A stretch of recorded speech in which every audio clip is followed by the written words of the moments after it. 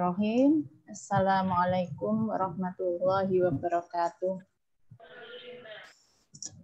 Ibu-ibu, alhamdulillahirabbil alamin wassalatu wassalamu ala asrofil anbiya'i wal mursalin Muhammadin wa ala alihi wa ashabihi ajmain amma ba'd. Yang saya hormati Mbak Hening selaku Ketua Divisi Lingkungan LLHPP Pimpinan Pusat Aisyah. Nyun sewu, ini Bu Nurni sudah masuk belum ya Mbak Farah? Bu Nurni sudah masuk. Alhamdulillah Bu Nurni. Yang saya hormati Bu Nurni sebagai Ketua LLHPP Pimpinan Pusat Aisyah. Kemudian yang saya hormati juga ibu-ibu pimpinan wilayah Aisyah se-Indonesia, utamanya yang ibu-ibu dari LLHPP Aisyah. Selamat datang di Ngaji Lingkungan Pimpinan Pusat Aisyah, LLHPP Pimpinan Pusat Aisyah. Pada hari ini, alhamdulillah kita bertemu dalam acara Ngaji Lingkungan seperti biasa yang akan disampaikan nanti oleh Ibu Rukmini selaku Wakil Ketua Pimpinan Wilayah Aisyah Jawa Timur. Ibu-ibu yang saya hormati juga seluruh peserta Ngaji Lingkungan sore hari ini, marilah kita bersyukur kehadirat Allah Subhanahu wa Ta'ala atas limpahan rahmat dan hidayahnya yang mempertemukan kita dalam pertemuan virtual pada sore hari ini untuk bersama-sama mengkaji ayat-ayat Al-Quran. Seperti kita tahu bahwa negeri kita ini sangat kaya dengan air. Tetapi bagaimanakah air bisa dipahami secara Islam? Seperti kita tahu juga bahwa di dalam Al-Quran banyak sekali ayat-ayat yang menjelaskan tentang air. Kapan air bisa bermanfaat, kapan air bisa membawa mudarat. Insya Allah nanti akan dijelaskan oleh Bunda Rukmini Amar, Wakil Ketua Pimpinan Wilayah Aisyah Jawa Timur. Sholawat dan salam tetap kita curahkan kepada junjungan kita Nabi besar Muhammad Shallallahu Alaihi Wasallam dan para sahabat serta pengikutnya hingga akhir zaman. Baiklah ibu-ibu, acara kita pada sore hari ini adalah yang pertama pembukaan, kemudian nanti ada sambutan pengantar dari Bunda Hening Parlan selaku Ketua Divisi Lingkungan Hidup LLHPP Pimpinan Pusat Aisyah. Kemudian nanti setelah itu akan disampaikan tausiah oleh Bunda Rukmini Amar, dan yang kemudian nanti akan ada sesi tanya jawab juga, dan terakhir akan disampaikan epilog oleh Ketua LLHPP Pimpinan Pusat Aisyah. Berikutnya untuk supaya kita bisa menikmati tausiah ini dengan baik, mohon nanti selama acara kepada peserta untuk menutup atau memute mikrofonnya agar kita bersama-sama bisa menikmati, dan boleh dibuka nanti apabila sesi tanya jawab atau ketika diizinkan oleh pemandu acara. Saya Miftahul Jannah dari LLHPP Provinsi Jawa Timur akan memandu acara ini hingga selesai sekitar pukul 4:30 ya Mbak Farah? Halo Mbak Farah, sampai 4:30 insya Allah. Ya, betul Bunda. Ya, benar. Baiklah ibu-ibu, marilah kita mulai pertemuan kita hari ini dengan bacaan basmalah bersama-sama. Bismillahirrahmanirrahim. Berikutnya adalah sambutan pengantar yang akan disampaikan oleh Mbak Hening. Kepada Mbak Hening dipersilakan. Ya, terima kasih banyak Ibu Miftahul Jannah. Bismillahirrahmanirrahim. Assalamualaikum warahmatullahi wabarakatuh. Waalaikumsalam warahmatullahi. Ibu-ibu yang kami cintai dari ujung barat sampai ujung timur. Pertama ibu-ibu pengurus dari LLHPB. Saya di sini lihat ada Bu Nurni, ada Bu Irma. Pasti saya yakin akan menyusul ibu-ibu yang lain. Kemudian ibu-ibu dari Jawa Timur dan juga dari wilayah yang lain. Saya coba baca nih paling banyak tetap yang dari Jawa Timur. Oh, Jawa Timur ada, Jawa Tengah ada, Jawa Barat ada ini. Dari Jakarta juga ada. Jadi kita kembali ngumpul pada kesempatan sore ini. Alhamdulillahirabbil alamin, bunda-bunda semuanya. Tentu kita sudah kangen kalau kita tidak ketemu karena kita biasanya ketemu bisa seminggu, bisa 1-2 kali, ya kan? Dan kesempatan kali ini kita sambil menunggu kegiatan-kegiatan berikutnya, kita tidak lupa untuk selalu menambah pengetahuan kita terkait dengan lingkungan maupun pengurangan risiko bencana. Nah, Bunda, ini adalah kesempatan pertama di mana ini merupakan kesempatan untuk LLHPB Jawa Timur memberikan pengajian atau mengisi pengajian di ruang yang kita sediakan atau disediakan oleh LLHPB Pusat. Kenapa ini penting? Karena kita mengharapkan bahwa proses silaturahmi dan saling support, saling update antar satu dengan wilayah yang lain itu sangat-sangat penting. Bayangkan kalau misalnya sekarang Jawa Timur, kita akan mendengarkan misalnya sekarang tentang lingkungan, tentang air. Di sisi lain bisa saja pada saat kita ngomongin program di Jawa Timur punya ide misalnya 10. Nah, Papua punya ide 15, Jakarta punya ide 5. Kalau kita kumpulkan dari 34 provinsi, kita sudah punya ratusan ide. Dan itu tidak perlu kita berpikir sendiri-sendiri. Nah, sehingga kita bisa saling, oh kita bisa menggunakan ide yang Jawa Timur, oh kita bisa copy yang dari Jawa Barat ke kami, oh tentang guru kita bisa mengikuti dari Yogyakarta dan seterusnya. Sehingga memang pada kesempatan setelah proyek Keluarga Lenting, itu kita berharap bahwa ada saling tukar informasi, saling dukung satu dengan yang lain, dan saling belajar agar kegiatan kita, LLHPB, ini akan semakin menguat dari hari ke hari. Jadi kita tidak ada batas meskipun tidak ketemu secara offline. Nah, itu tujuan kami yang pertama. Tujuan kita yang kedua adalah bahwa kita selalu mendapatkan pesan di era pandemi ini, maka kita menghadapi banyak hal dan kita dipesankan agar kita memberikan satu langkah yang itu memberikan solusi. Nah, solusi sendiri itu adalah solusi yang tidak datang dengan tiba-tiba, tapi solusi yang didasari pada keyakinan kita, pada ajaran kita, dan pada pengetahuan kita. Nah, itu dapatnya dari mana? Itu dapatnya dari kita mengaji. Nah, sehingga kalau tadi yang pertama adalah secara organisasi, kita bertemu karena kita butuh support satu sama yang lain, butuh silaturahmi, butuh maju bersama, butuh pinter bareng-bareng, butuh kerja bareng-bareng demi kemaslahatan umat dan demi bergeraknya Aisyah.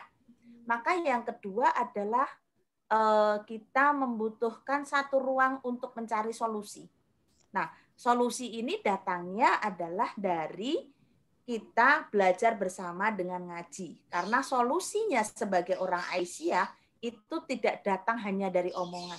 Tapi solusi Aisyah itu harus didasarkan pada keyakinan, pada dasar-dasar yang jelas, pada ayat-ayat yang jelas, dan pada pengetahuan. Jadi orang Islam yang itu adalah Aisyah tidak mendasarkan atau melangkah tanpa dasar dan tanpa tujuan. Dan kita punya itu. Tadi malam Bunda semuanya kalau ada yang ikut pengajian atau kegiatannya Amerika Serikat, Aisyah PD pimpinan Muhammadiyah Muhammadiyah dari Amerika Serikat tadi malam, itu kita dijelaskan bagaimana menjadi Aisyah. Jadi malah tidak dijelaskan bagaimana Muhammadiyah. Baik melalui keluarga sakinah, gerakan Qoryah Thayyibah maupun juga tentang bagaimana Aisyah akan terus menjadi perempuan berkemajuan. Nah, dan ini kita perlahan akan mengarah ke sana. Mungkin dua itu Ibu. Saya ingin membaca quote yang baru saya dapatkan sore hari ini dari orang yang bernama Winona LaDuke. Winona LaDuke adalah seorang tokoh yang terlahir di tahun 1950, yang dia adalah tokoh dari Amerika, seorang aktivis lingkungan, dan dia bicara tentang air. Saya baca bahasa Inggrisnya, nanti saya artikan. Water is alive. We are the people who live by the water, pray by this water, travel by the water, eat and drink from the water. We are relative to those who live in the water, and the honor to protect the water is our responsibility. Bayangin, jadi kita ini pertama kita hidup dari air, yang kedua kita seluruh manusia itu bisa berlangsung hidupnya dari air, kita bisa sholat atau beribadah itu dengan air, kita makan, kita minum itu dengan air, kemudian kita melakukan seluruh kehidupannya dengan air, tapi pada saat tertentu ada satu kalimat.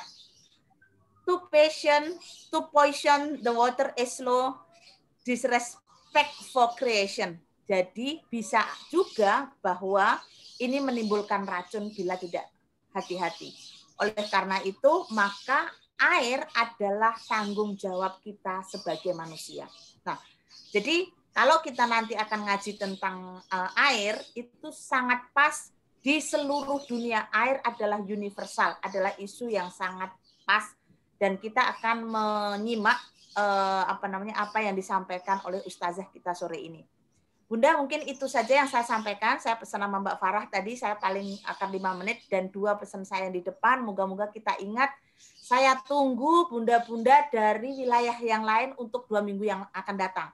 Saya tahu habis ini sudah Banten yang ngantri, dan setelah Banten silahkan bunda yang lain mendaftarkan ke Kak Farah wilayah mana yang akan mengisi, dan kita bisa akan mengajak seperti ini. Jadi kita dengan seperti ini kita nanti akan bergerak terus.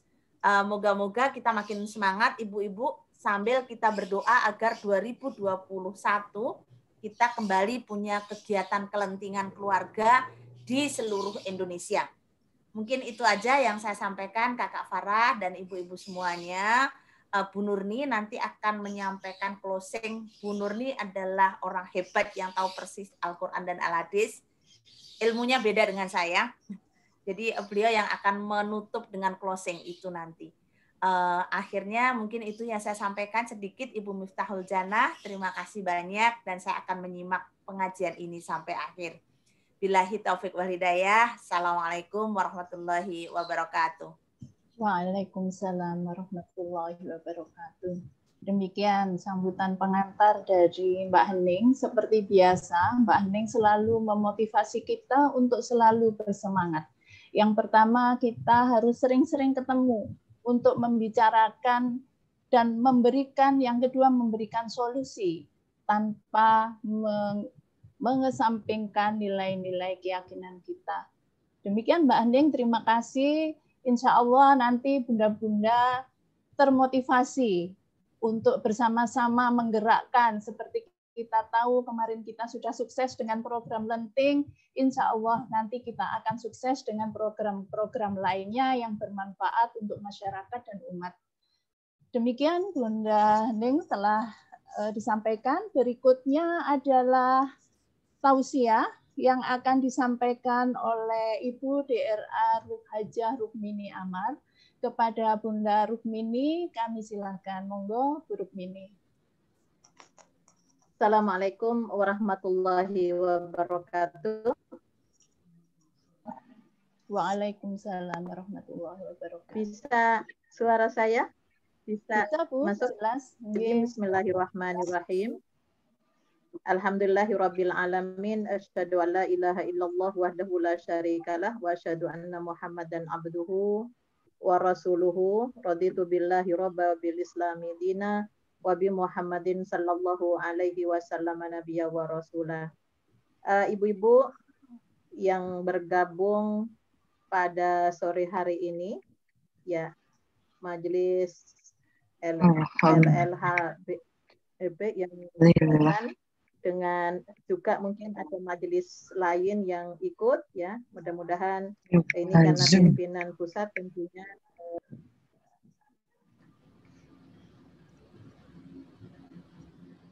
Putus, Bunda, suaranya. Suaranya hilang. Bu Rukmini, mohon dinyalakan mikrofonnya. Tadi saya tidak sengaja mematikan karena tadi memencet ada peserta yang, saya mohon maaf, terpencetnya lain malah. Mohon maaf, Bunda. Iya. Alhamdulillah program ini pada periode ini ada, kalau dulu lingkungan hidup itu masuk di majelis kesehatan, ya, sekarang dipisah menjadi lembaga yang memang adanya di pimpinan wilayah secara struktural, kemudian beraktivitas di seluruh daerah sebagai yang menginisiasi adalah pimpinan pusat dan pimpinan wilayah, kemudian pelaksanaan ada di daerah, bahkan bisa sampai di tingkat ranting. Ya, apa yang telah dilakukan oleh kita sebagai Aisyah, ini memang ruang otak perempuan itu luas, sehingga hal-hal yang kecil itu bisa dipikir oleh kita. Ya, barangkali kalau bapak-bapak memang berpikirnya yang besar-besar, kemudian kita itu banyak yang masalah teknis, ya. Dan ini sangat ketika periode ini setelah muktamar di Makassar, kemudian kita disambut dengan beberapa yang memang sudah ada bencana, kemudian pada tahun ini yang harusnya sudah muktamar, namun ada perpanjangan periode yang tidak lain itu terkait dengan persoalan bencana. Yang bencana itu adalah yang dikatakan musibah, segala sesuatu yang menimpa kepada kita. Dan bulan-bulan November, Desember ini ya memang turunnya hujan yang sudah mulai deras disertai dengan petir, sehingga kalau di Malang, Surabaya sudah mulai zona merahnya pekat, ya, untuk corona, bukan merah muda lagi tapi sudah pekat mendekati hitam. Artinya apa? Kondisi pada musim hujan ini memang wabah, ya, apalagi pada kondisi pandemi ini wabah mulai semakin ini meningkat. Satu sisi Allah menurunkan air, dan kita jangan lupa untuk berdoa ketika hujan.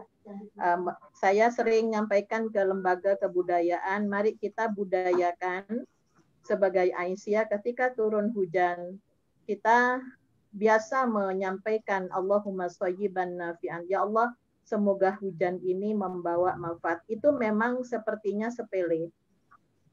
Ya. Namun kita lupa kadang-kadang Allah memang menurunkan air, ya, pada muktamar yang sudah diputuskan di tarjih jilid yang di cetakan ketiga itu ada fikih air, ada fikih kebencanaan, bahkan sudah dicetak buku secara tersendiri, ya. Kalau fikih anak masih belum masuk di tarjih, tapi sebenarnya sudah diputuskan yang fikih anak. Yang fikih air nanti silahkan dibaca. Saya tadi sebenarnya buat PowerPoint, nggak tahu kok error, nggak bisa dibuka gitu, ya. Karena ada petir gitu tadi juga, ya. Jadi ini beberapa hal yang perlu kita pahami bersama, bahwa kalau sudah berbicara masalah fikih itu tidak hanya sekedar halal haram, syarat rukun, ya, namun Muhammadiyah memahami bahwa cara kita memandang, cara kita memahami, ya, itulah namanya fikih. Maka tentang air ini masuk pada fikih air yang diantaranya setelah pendahuluan di bab 2 itu berbicara tentang pandangan Islam tentang air. Ya, jadi yang air yang secara umum berupa cairan yang bening dan tembus pandang merupakan sumber daya alam yang sangat vital, sangat diperlukan. Jadi bagaimana ya, andaikan satu hari Allah tidak menurunkan air ya yang dari langit tidak ada, jadi bagaimana kotornya yang namanya manusia. Yang satu sisi nampaknya corona itu datang juga untuk mengingatkan kita hal-hal yang intinya kan bersih-bersih. Nah, bersih-bersih itu juga tentunya menggunakan air. Kemudian juga di bab 2 itu dibahas tentang sumber dan siklus air. Ya, jadi bagaimana memahami, tentunya ini dengan pakar ilmu masing-masing. Saya buat di YouTube itu dari fikih kebencanaan, kemudian fikih air, insya Allah sudah selesai. Ya, sampai kemarin ada dosen manajemen publik, dosen pasca sarjana yang tertarik dengan video itu ya untuk dikembangkan. Jadi kalau sudah berbicara manajemen publik itu ya diantaranya salah satunya, walaupun masalah air itu harus dibahas secara universal ya.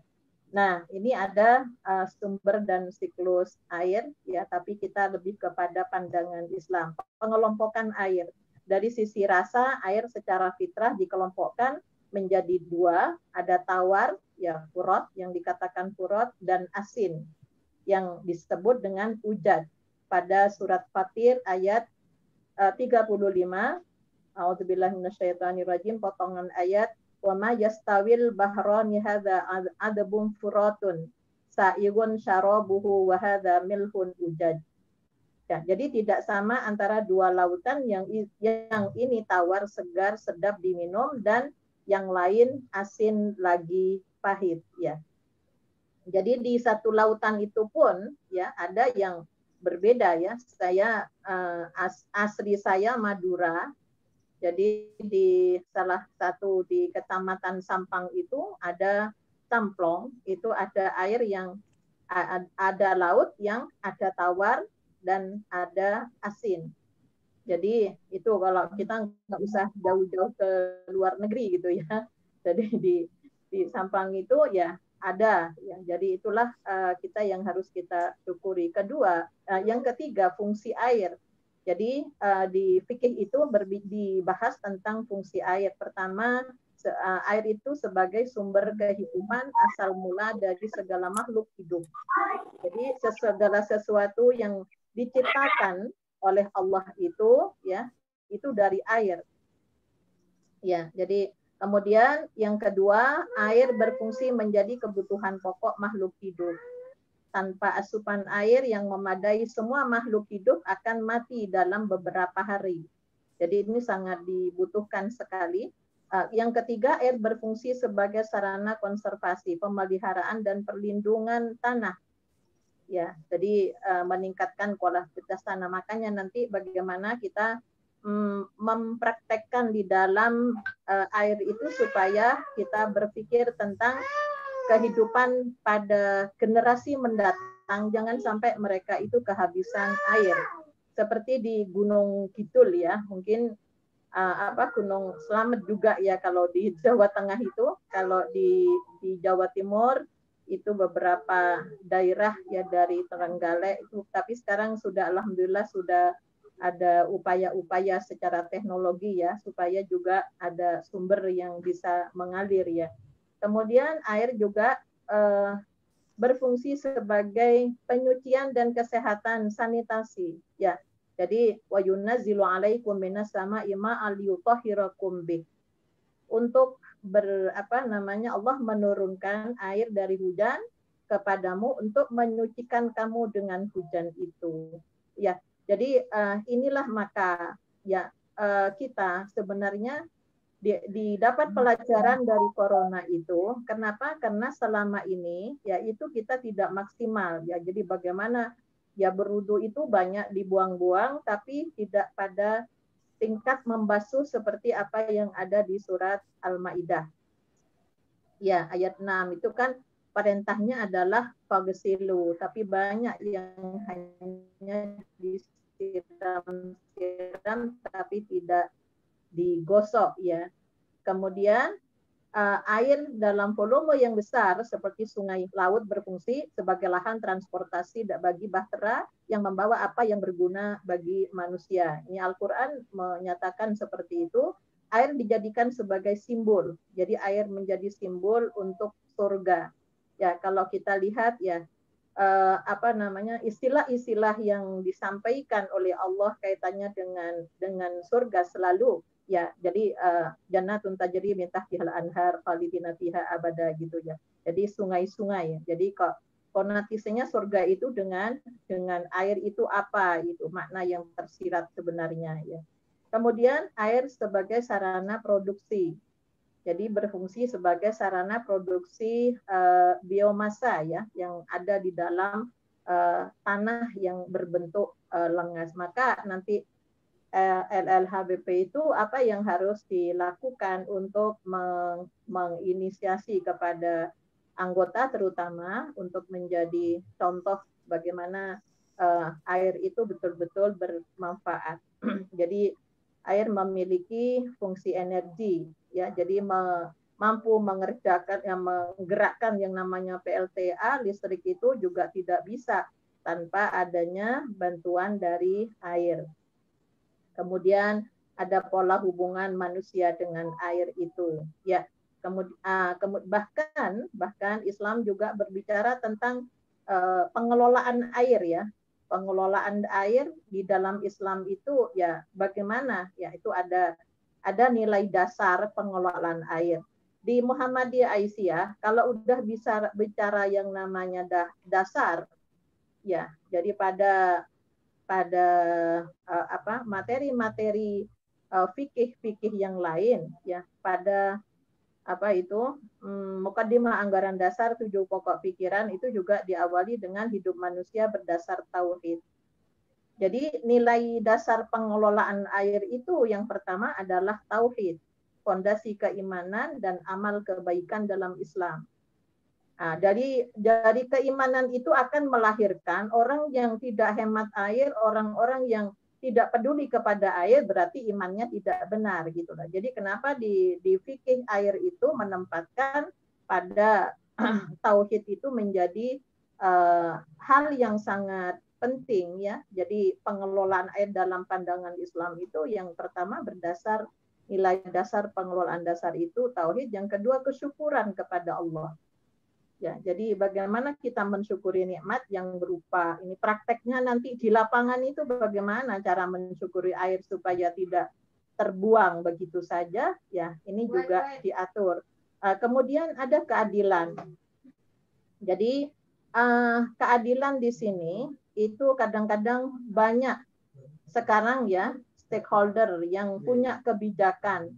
Kalau di Jawa Timur, daerah Pandaan itu sumber air betapa banyak yang menguntungkan, saya katakan menguntungkan sepihak. Jadi masyarakat yang sekitar tidak menikmati rizki yang telah diberikan oleh Allah berupa air. Ya, kenapa? Karena mereka juga harus beli seperti pada umumnya. Ya, jadi harusnya mereka yang di sekitar yang sudah disedot airnya untuk dijual.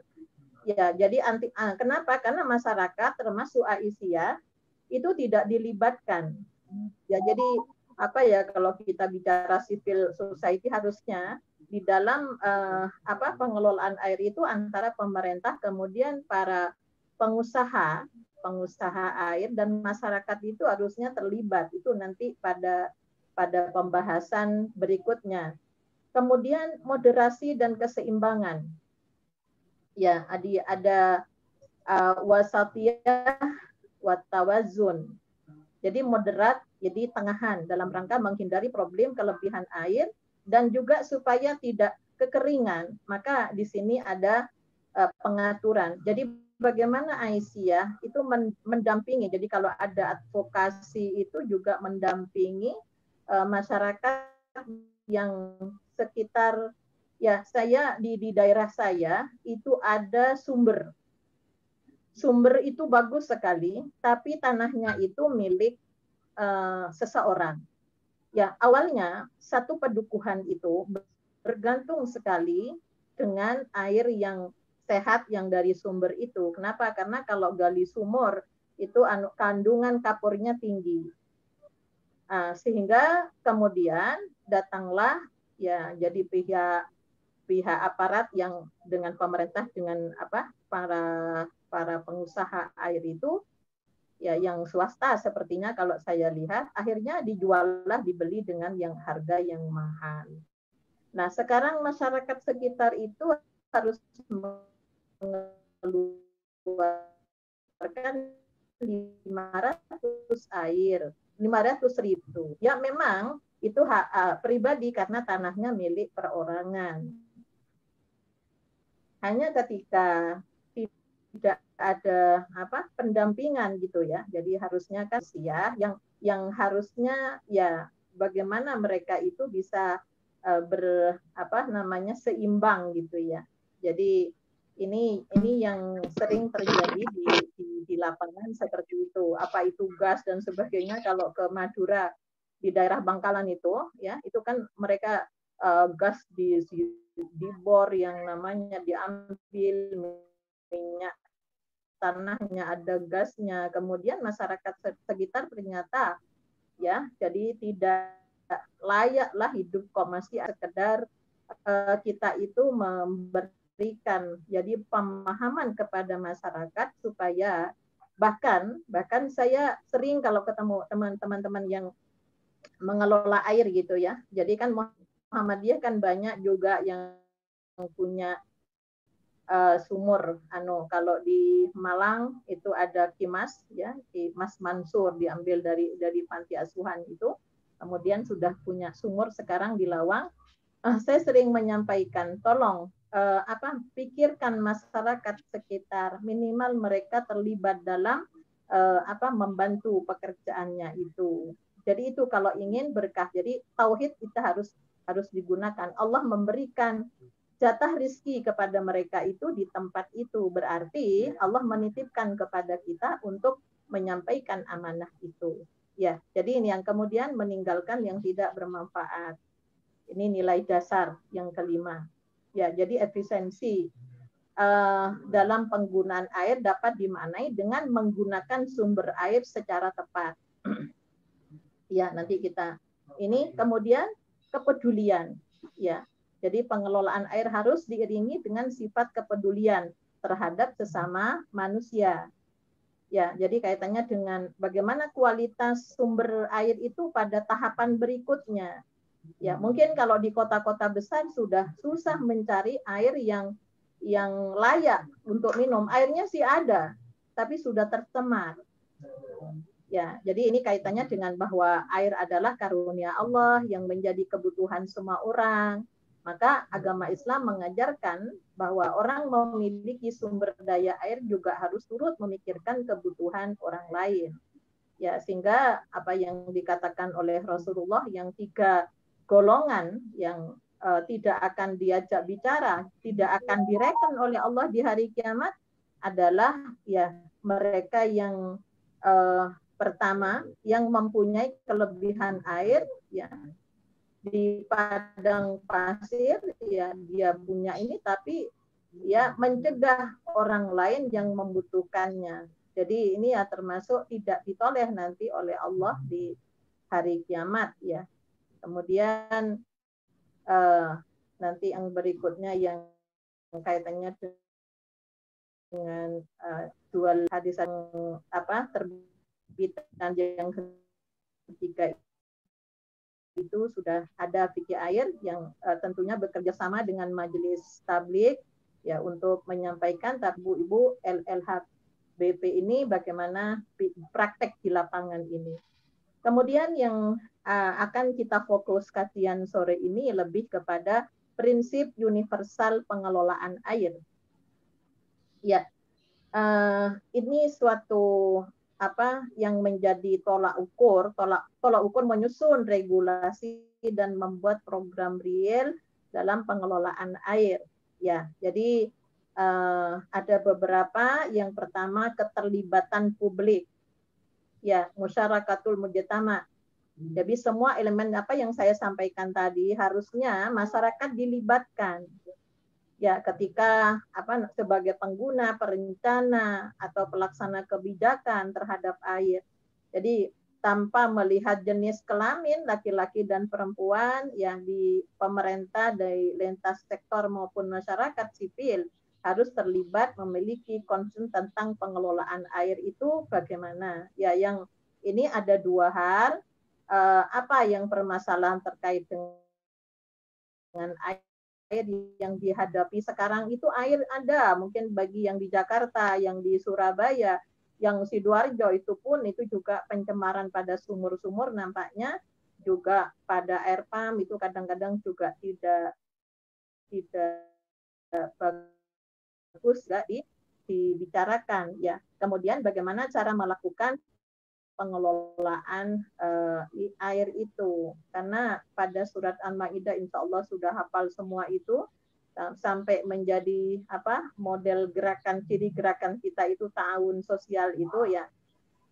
Kemudian ta'awanu 'alal birri wat taqwa, bagaimana saling satu antara dengan yang lain ya, jadi dengan masyarakat bahwa tanggung jawab ini bukan hanya perorangan tapi menjadi tanggung jawab seluruh lapisan masyarakat.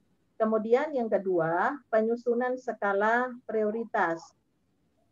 Ya, jadi memang ada 3 ya kebutuhan kita kalau kita lihat dari dari fikih itu ada kebutuhan yang disebut daruriyat yaitu primer, ada hajiat yang sekunder, ada tahsiniat ya dia untuk keindahan itu. Nah, mana yang harus diprioritaskan? Maka kebutuhan primer yang bersifat primer itu menjadi kebutuhan yang utama ya berkaitan dengan air ya. Jadi apa yang primer itu? Makan, minum, ibadah ya kaitannya dengan sanitasi untuk kesehatan. Ini juga yang primer ya. Jadi maka primer itu menjadi prioritas. Yang sekunder ya, yang hajiat itu apa? Kebutuhan yang penting tapi tidak mendesak. Ya, seperti irigasi, menjaga keseimbangan ekosistem, kemudian untuk produksi, untuk industri ya. Ini sekunder.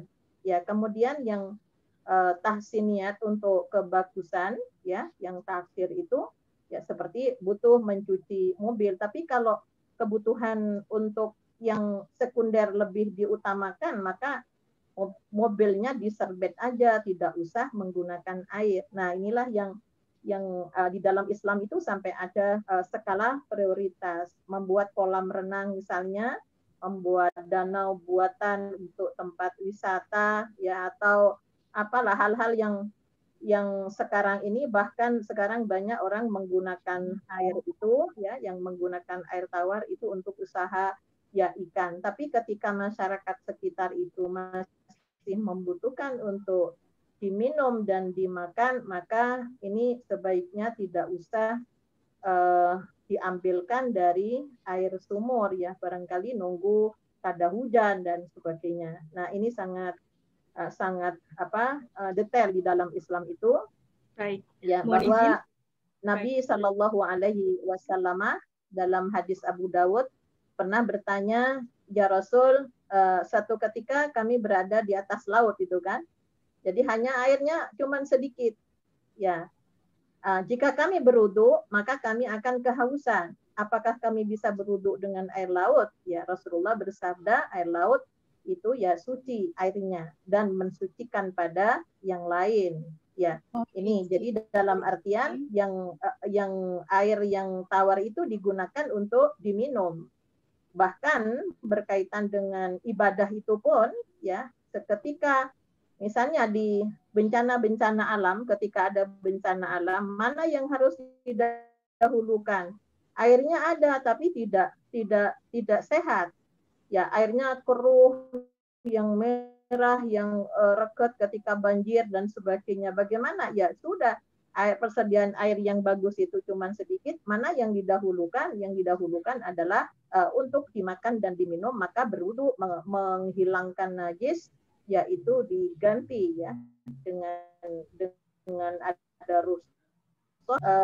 istijmar ya. Istijmar itu bersuci dengan menggunakan ya seperti tisu. Sekarang sudah praktis. Kalau nggak ada tisu, misalnya ada dedaunan, ada apa ketika terjadi bencana alam. Kemudian yang ketiga itu konservasi air. Ya. Kemudian dilakukan dalam rangka mengatur air agar tetap menjadi sumber daya yang berkualitas. Ya, jadi ini. Kemudian bagaimana strategi yang dapat ditempuh untuk melakukan konservasi air itu, yaitu mengurangi penggunaan, pemborosan dan kehilangan air. Ya. Jadi Rasulullah Shallallahu Alaihi Wasallam juga mengingatkan kepada kita bahwa Nabi ya dari Anas ini dalam hadis Bukhari, yaghsilu aw kana yaghtasilu bis-sa'ilal ila khamsati amdadin wa yatawaddo bil muddi, bahwa Nabi Shallallahu Alaihi Wasallam mandi dengan air satu sok, jadi satu kaleng yang sedikit itu ya, hingga 5 mud.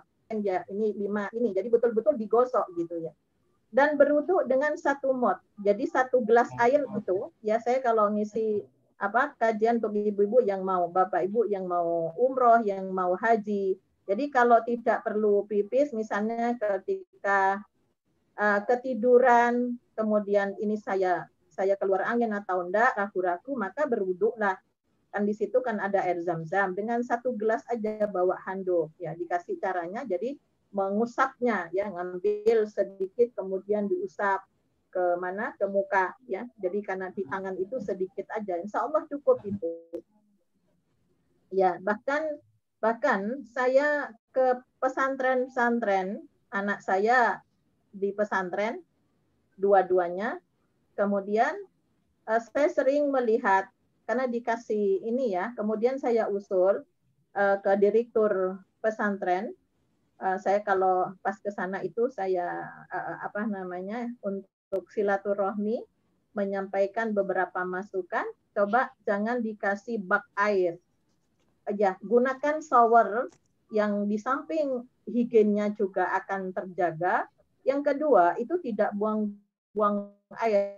Kenapa? Karena saya ngamati santri itu kalau nyuci bajunya langsung dimasukkan ke bak air itu. Bak air yang ya jadi bukan kaleng, dipakai anunya ada bambu itu terus diudek gitu ya. Lah kemudian ada yang nakal kadang-kadang itu masuk. Makanya kalau satu budikan itu yang lain juga budikan. Walaupun sudah dikatakan pesantren modern, itu nampaknya memang pemakaian shower itu lebih hemat. Mohon maaf, lebih hemat dan lebih rata. Nggih. Iya, 5 menit lagi boleh, Bu. Nanti akan kita lanjut dengan tanya jawab. Ya, oke.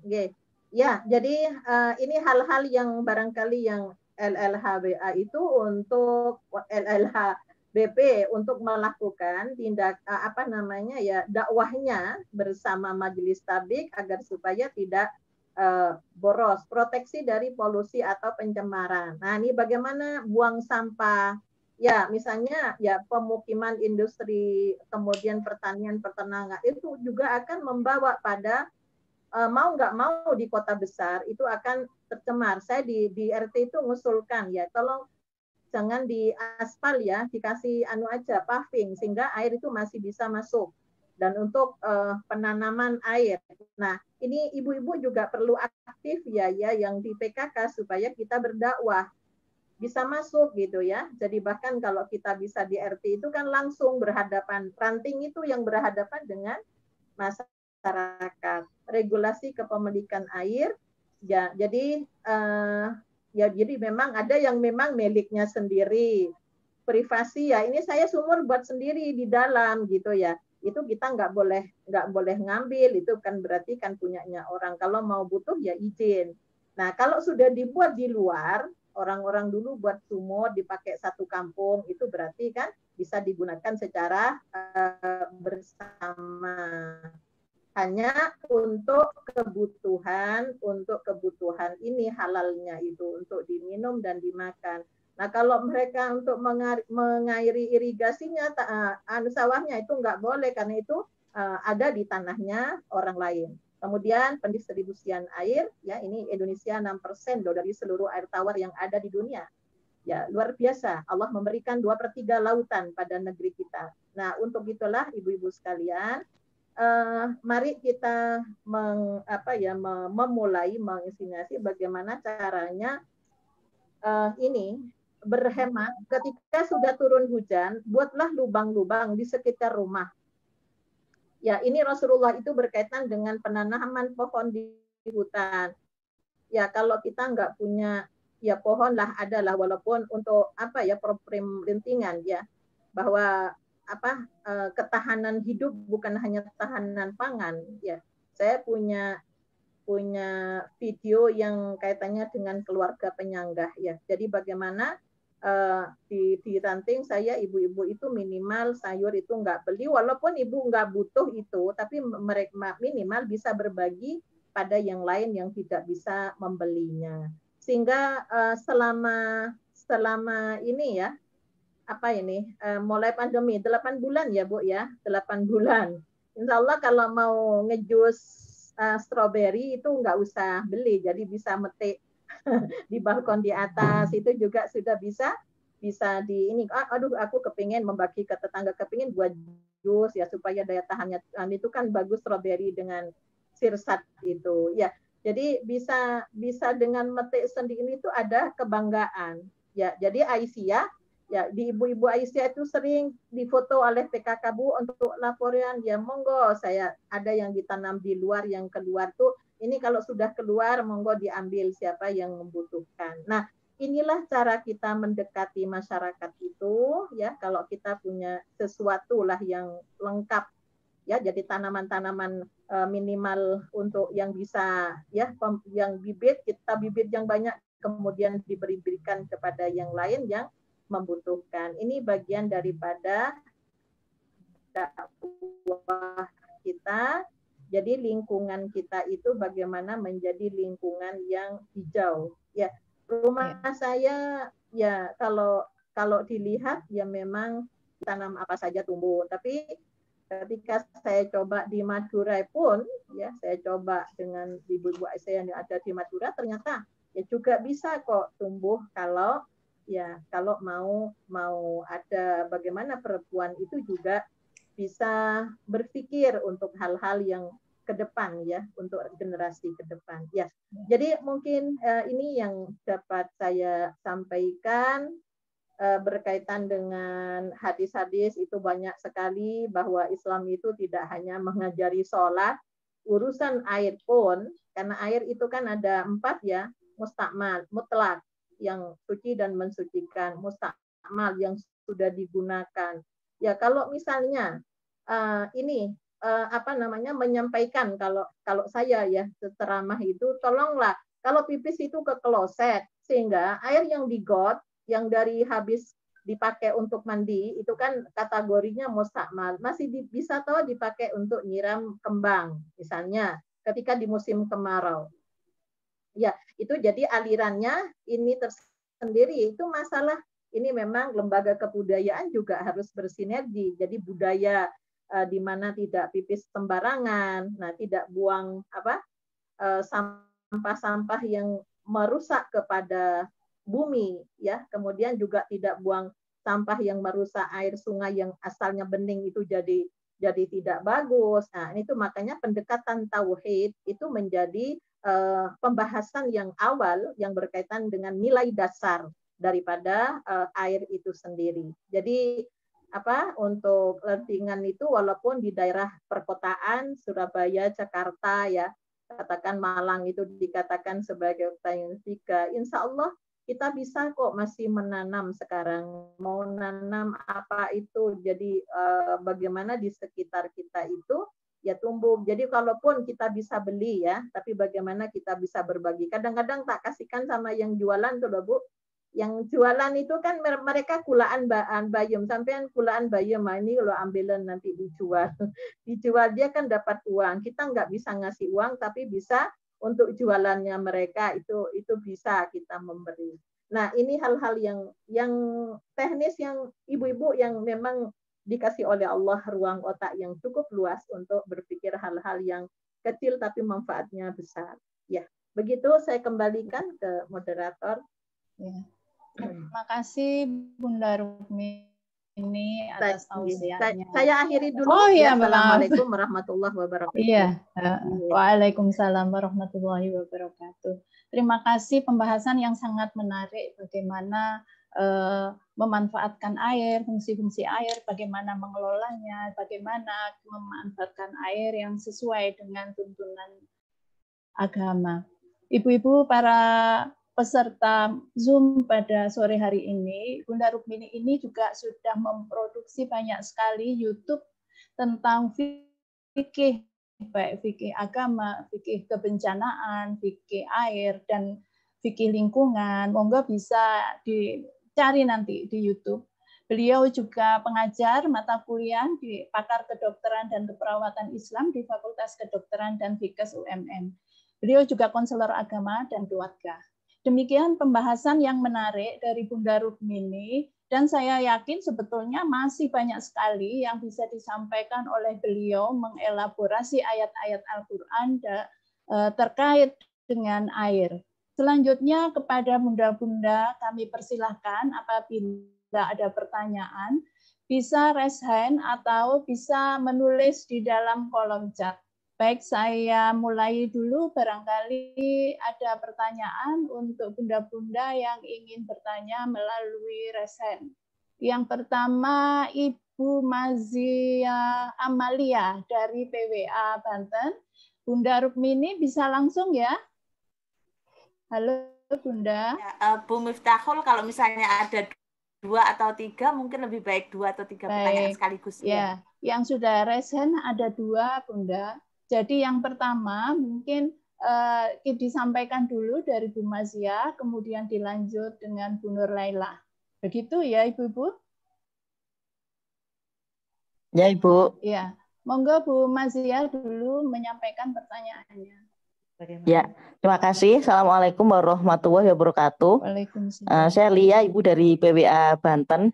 Tadi ingin menanyakan kepada Bunda Rukmini. Begini Ibu, satu permasalahan yang barangkali sangat umum terjadi di mungkin perkampungan-perkampungan ataupun di komplek-komplek perumahan itu tentang air yang menggenang. Nah, air yang menggenang ini kemungkinan bisa jadi karena selokannya itu tidak lancar mengalir atau mampet atau karena hambatan-hambatan yang lain sehingga menggenang dan menjadi comberan. Nah, di situ kan menimbulkan permasalahan kebersihan, kemudian nyamuk juga bersarang di situ, kemudian menimbulkan bau yang tidak sedap. Nah, itu banyak ini terutama saya jumpai di perkampungan-perkampungan yang ada di sini, bahkan di komplek-komplek perumahan yang sebenarnya komplek perumahannya cukup bagus gitu, tapi masalah air ini, pembuangan air itu seperti kurang diperhatikan sehingga air tersebut menjadi menggenang, baik air dari hujan maupun air dari limbah rumah tangga. Nah, Bunda, apakah ada atau ayat hadis dari Nabi Muhammad ataupun dari Al-Quran begitu yang terkait dengan hal ini begitu Bunda? Jadi barangkali mungkin kalau kita nanti akan berdakwah menyampaikan kepada masyarakat terkait dengan air comberan yang menggenang ini barangkali bisa lebih mengena gitu. Itu saja Bunda, terima kasih. Assalamualaikum warahmatullahi wabarakatuh. Waalaikumsalam warahmatullahi wabarakatuh. Terima kasih ya. Berikutnya pertanyaan kedua dari Bu Nur Laila. Monggo Bu Nur Laila, silakan. Terima kasih Bunda. Assalamualaikum warahmatullahi wabarakatuh. Waalaikumsalam warahmatullahi wabarakatuh. Saya dari PDA Situbondo mau menanyakan tentang bagaimana hukumnya orang yang mandi di sungai. Tidak hanya mandi, namun BAB termasuk cuci baju dan cuci alat-alat dapur. Padahal kalau dilihat dari sisi kesehatan, kan air sungai itu kan bermacam-macam. Mulai termasuk dalam buang sampah, kan bisa merusak lingkungan. Terus solusinya apa kalau untuk memberikan sungai, bantaran sungai? Karena pemerintah sudah berupaya di kota itu ditutup undak-undak pinggir sungai itu. Ternyata mereka kadang-kadang masih membongkar lagi. Kemudian hukumnya bagaimana? Karena kalau mandi di sungai kan otomatis memperlihatkan aurat. Itu terima kasih atas waktu yang diberikan pada saya. Mohon Ibu solusinya bagaimana? Terima kasih. Assalamualaikum warahmatullahi wabarakatuh. Waalaikumsalam warahmatullahi wabarakatuh. Karena yang raise hand ini 2 orang sudah menyampaikan pertanyaannya, Bunda. Mohon Bunda Rukmini mungkin bisa menjawab 2 pertanyaan ini dulu. Yang pertama tentang ayat Al-Quran atau hadis yang terkait dengan air comberan tadi, Bunda. Dan yang kedua tentang bagaimana solusinya terhadap air sungai yang tempat mandi, tempat BAB, dan tempat macam-macam jadi satu. Solusinya apa dan hukumnya seperti apa? Monggo Bunda. Ya. Yang pertama terima kasih. Ya ini problem di di kota besar, di pinggiran kota yang juga rapat itu bangunan rumah di situ yang kadang tidak dipikirkan bagaimana berkaitan dengan solusi daripada pembuangan air itu. Ya, maka ibu-ibu bahwa di ranting itu adalah peran strategisnya ranting itu luar biasa. Kalau kita lihat dari hadis Rasulullah yang diriwayatkan oleh Muslim dari Jabir bahwa naha ayyubala fil ma'ir rakidi, bahwa beliau melarang kencing di air yang menggenang.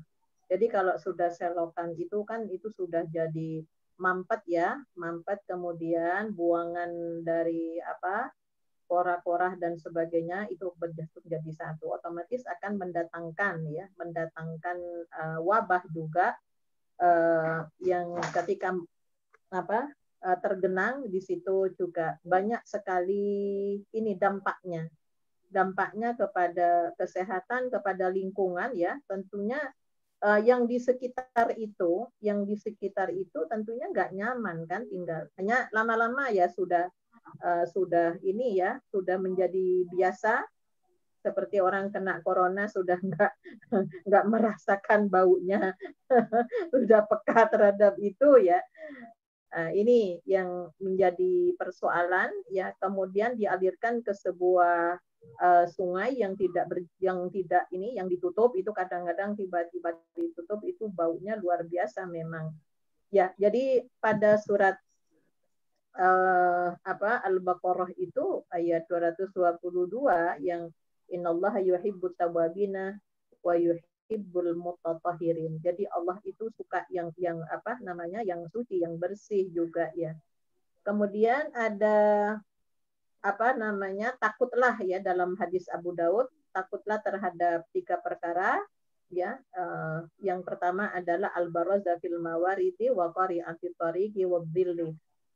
Apa itu yang menimbulkan laknat? Buang air besar di saluran air sumber air ya, di tengah jalan, di tempat orang yang berteduh. Jadi kata laknat itu sebuah kutukan.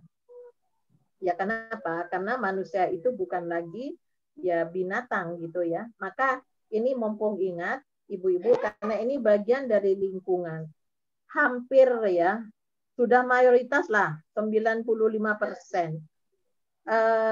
Ibu-ibu muda yang melahirkan. Itu mungkin sudah beda dengan zaman saya melahirkan dulu gitu ya. Rata-rata pakai pampers. Ya. Ini mumpung ingat, saya pikir penting juga ya. Ini yang saya dakwahkan, pakai pampers itu kan kemudian pakai ini kan ketika buang kotoran seringkali langsung dibuang dengan pempesnya. Jadi tidak dibuang dulu. Jadi kan makanya ini perlu pelatihan. Saya nyampaikan di majelis tablik, tolonglah buat madrasah perempuan itu yang untuk anak-anak SMP, SMA itu dilatih nanti, jangan langsung tiba-tiba jadi ibu dia tidak terbiasa. Jadi bagaimana pesan-pesan Rasulullah itu jangan sampai jadi kotorannya dibuang ke kloset dulu, setelah bersih hilang kemudian diikat, masukkan di tas kresek atau apa ya, masukkan di tempat sampah sudah dalam kondisi bersih. Nah, ini nanti kalau semua pakai pempes di sampah-sampah itu dibuang kemana-mana, maka penyakit nanti akan bertambah itu. Belum lagi bahayanya kepada anak ketika setengah harian tidak diganti. Jadi bertambah di sampah, kalau sudah hujan sampahnya penuh ya, masuk ke air ya, itu juga akan nambah nyebarnya penyakit ya. Jadi ini ibu-ibu bagaimana pembuangan ya air hujan atau limbah gitu ya. Jadi untuk itulah dakwah di Ranting ini menjadi pusat langsung yang berhadapan dengan masyarakat. Bagaimana kita di Ranting itu ya, jadi ibu-ibu di PKK, di RT ya, kalau tidak ke situ memang nggak akan bisa jalan gitu ya. Nah inilah yang kalau ada mau dekati pilkada ini, nah ini yang harus kita pesankan kepada calon-calon itu. Ya, jadi program-program jam begini, tolong Anda mau nggak nanti memperbaiki ini, memperbaiki masyarakat kondisinya yang seperti ini. Nah itu salah satunya yang kita buat MOU-nya. Jadi jangan hanya mendukung salah satu, tapi datanya aja mereka kalau datang ke Aisyah, terus apa yang akan Anda lakukan? Itu bagian dari hal-hal yang dilakukan oleh Aisyah. Harusnya begitu. Kemudian Ibu masalah sungai, ya masalah sungai. Mungkin di daerah-daerah kalau di perkotaan ya sudah pada sungkan juga ya, tapi bagaimana mengedukasi masyarakat itu memang bukan perkara mudah. Makanya sinergi program antara majelis dan lembaga itu sangat dibutuhkan. Kemudian bagaimana kita berkolaborasi dengan pemerintah setempat. Jadi misalnya ada semacam Satpol PP-nya ya. Tapi ya ibu-ibu juga harus melakukan ini kan corona sebenarnya kesempatan untuk kita memberikan pendekatan kepada ibu di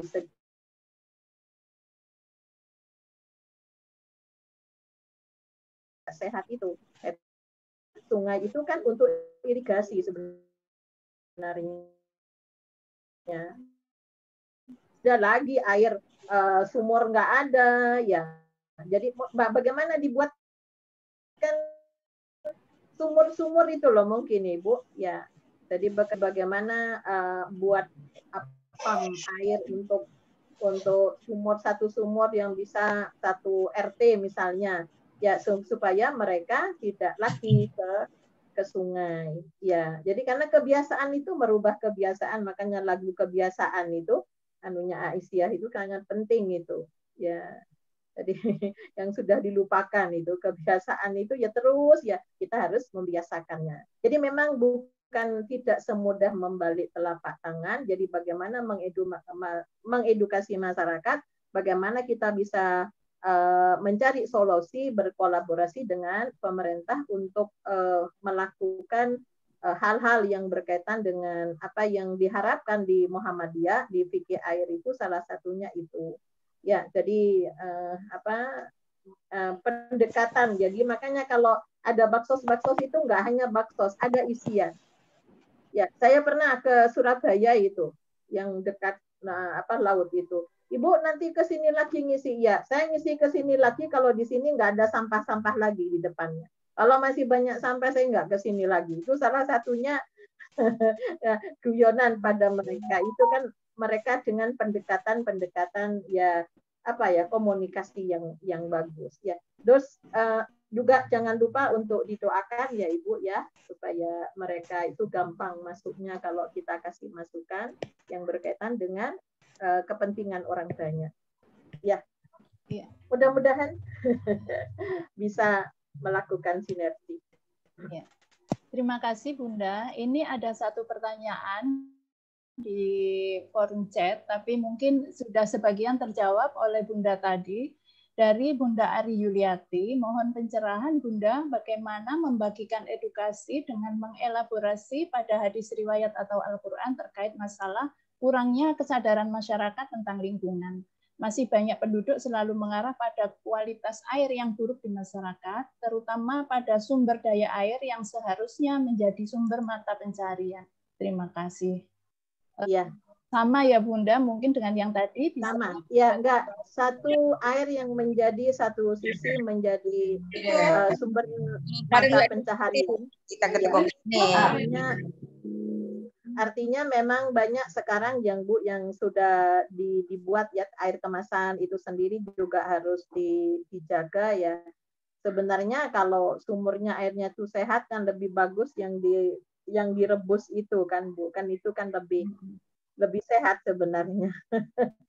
Lebih sehat, tapi kan kita maunya yang praktis-praktis gitu ya. Jadi harus dites di sumur. Kalau saya di sumur saya itu bagaimana sih kandungan-kandungan yang ada.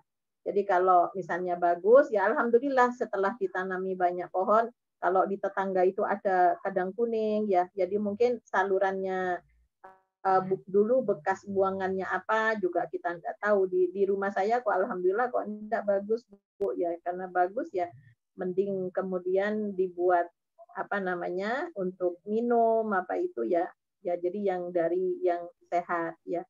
Itu terkait dengan apa namanya membuat ini sapi tank barang itu kan juga harus ditata jaraknya. Jadi kalau ada apa kalau sumurnya sudah bagus eman sebenarnya kalau membeli air mineral gitu ya. Tapi namun kadang-kadang dengan kita lebih praktis. Alhamdulillah sekarang saya dari corona itu nggak pernah membeli air yang gelas mineral itu.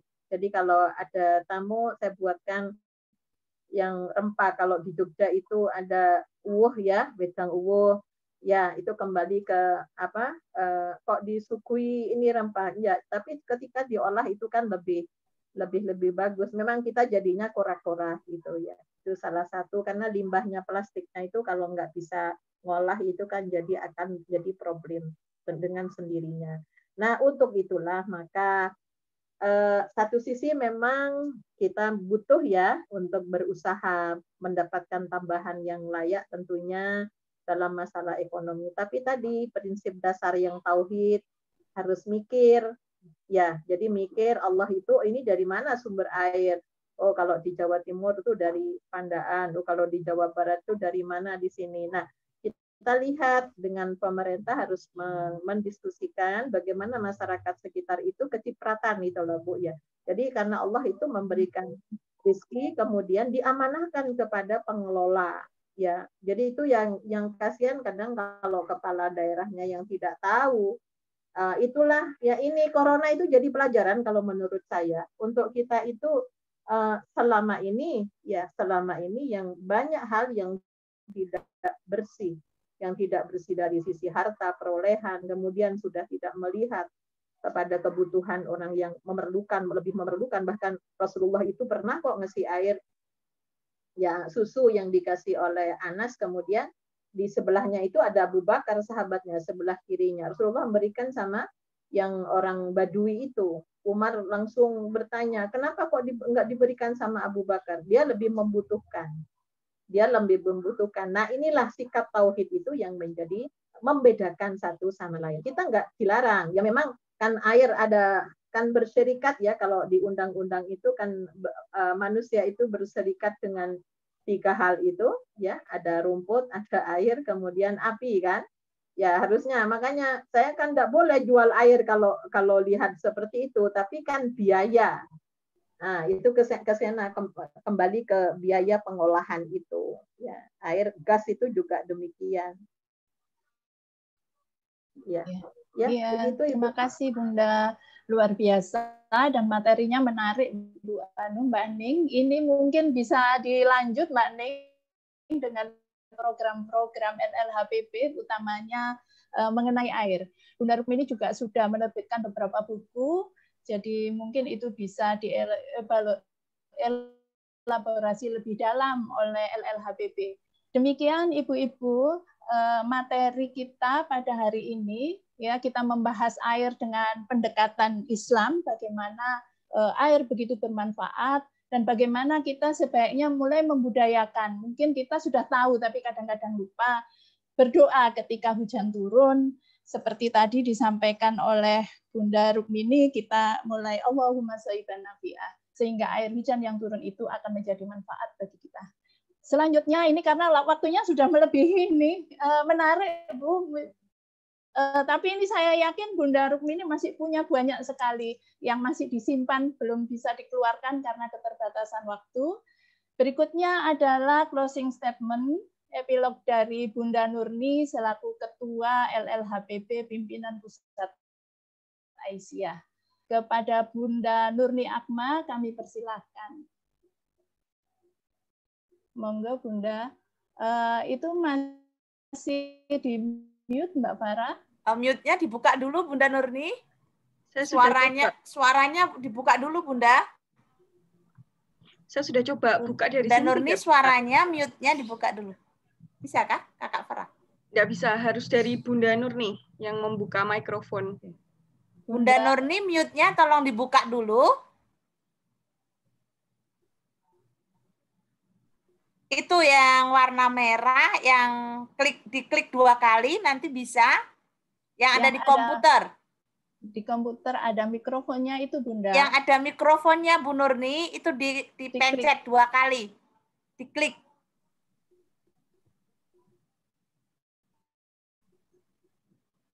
Oke, ya.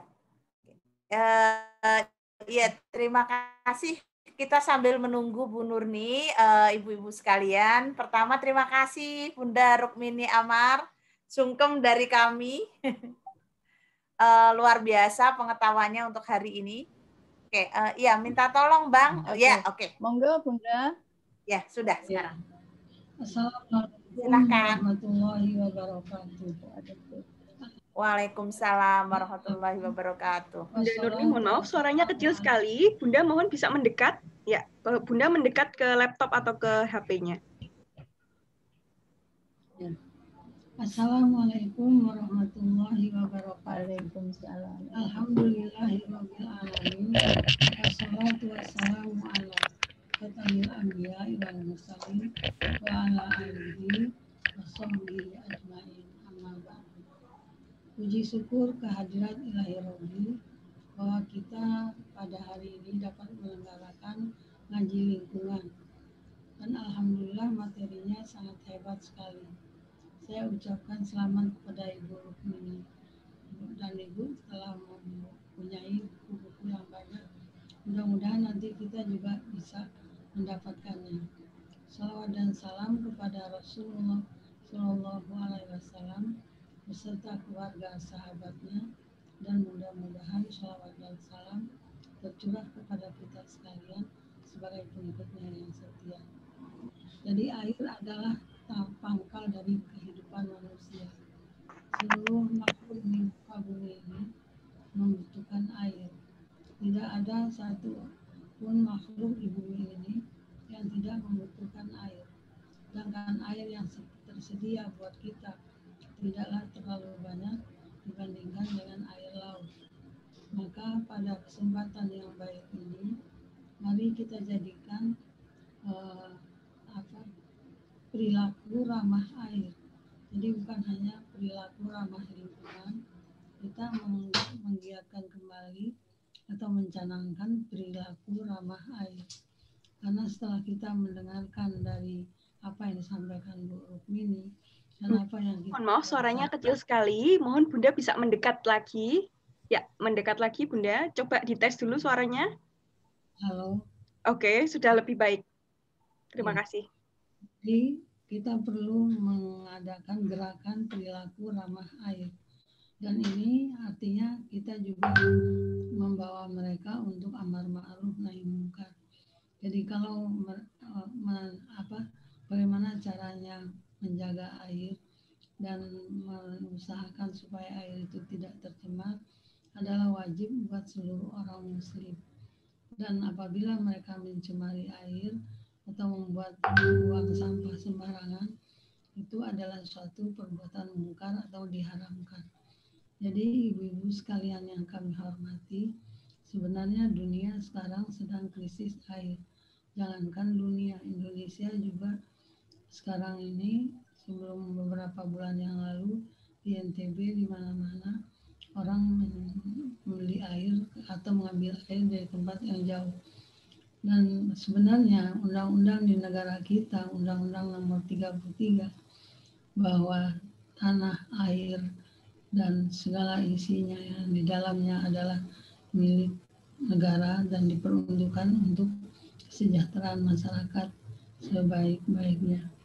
Dan juga tadi Bu Rukmini mengatakan hadis Nabi bahwa orang muslim bersarikat dalam 3 hal.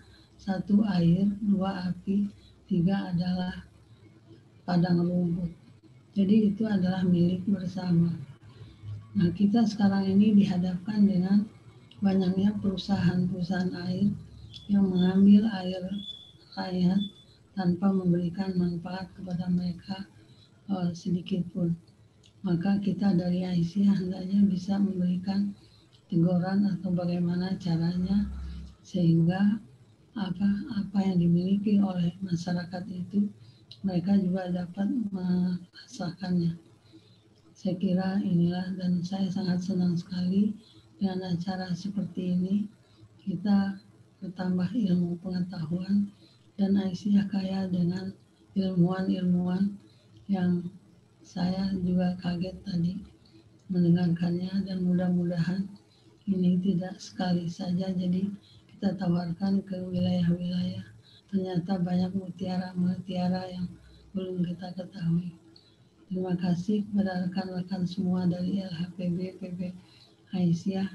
Mari kita beramar ma'ruf nahi munkar untuk masyarakat. Dan yang saya membaca buku tentang kesehatan, bahwa minum air itu adalah sebagian dari obat.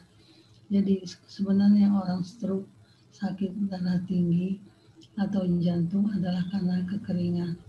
Dan kita ingat bagaimana Rasulullah mengatakan bahwa perut itu dibagi 3. Sepertiga untuk makanan, sepertiga untuk air, sepertiga untuk darah. Nah, kalau kita minum sedikit, maka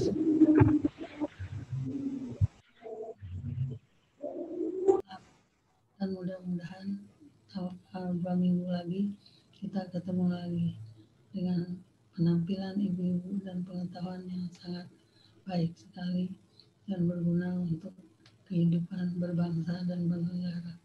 Saya kira demikian, maka dengan mengucapkan alhamdulillahirobbilalamin kita tutup acara ini, dan semoga apa yang disampaikan menjadi manfaat buat kita bersama, negara kita bersama. Assalamualaikum warahmatullahi wabarakatuh. Waalaikumsalam warahmatullahi wabarakatuh. Terima kasih Bunda Nurni atas closing statement-nya. Ibu-ibu, bunda-bunda sekalian dari seluruh Indonesia, terima kasih juga atas kehadirannya.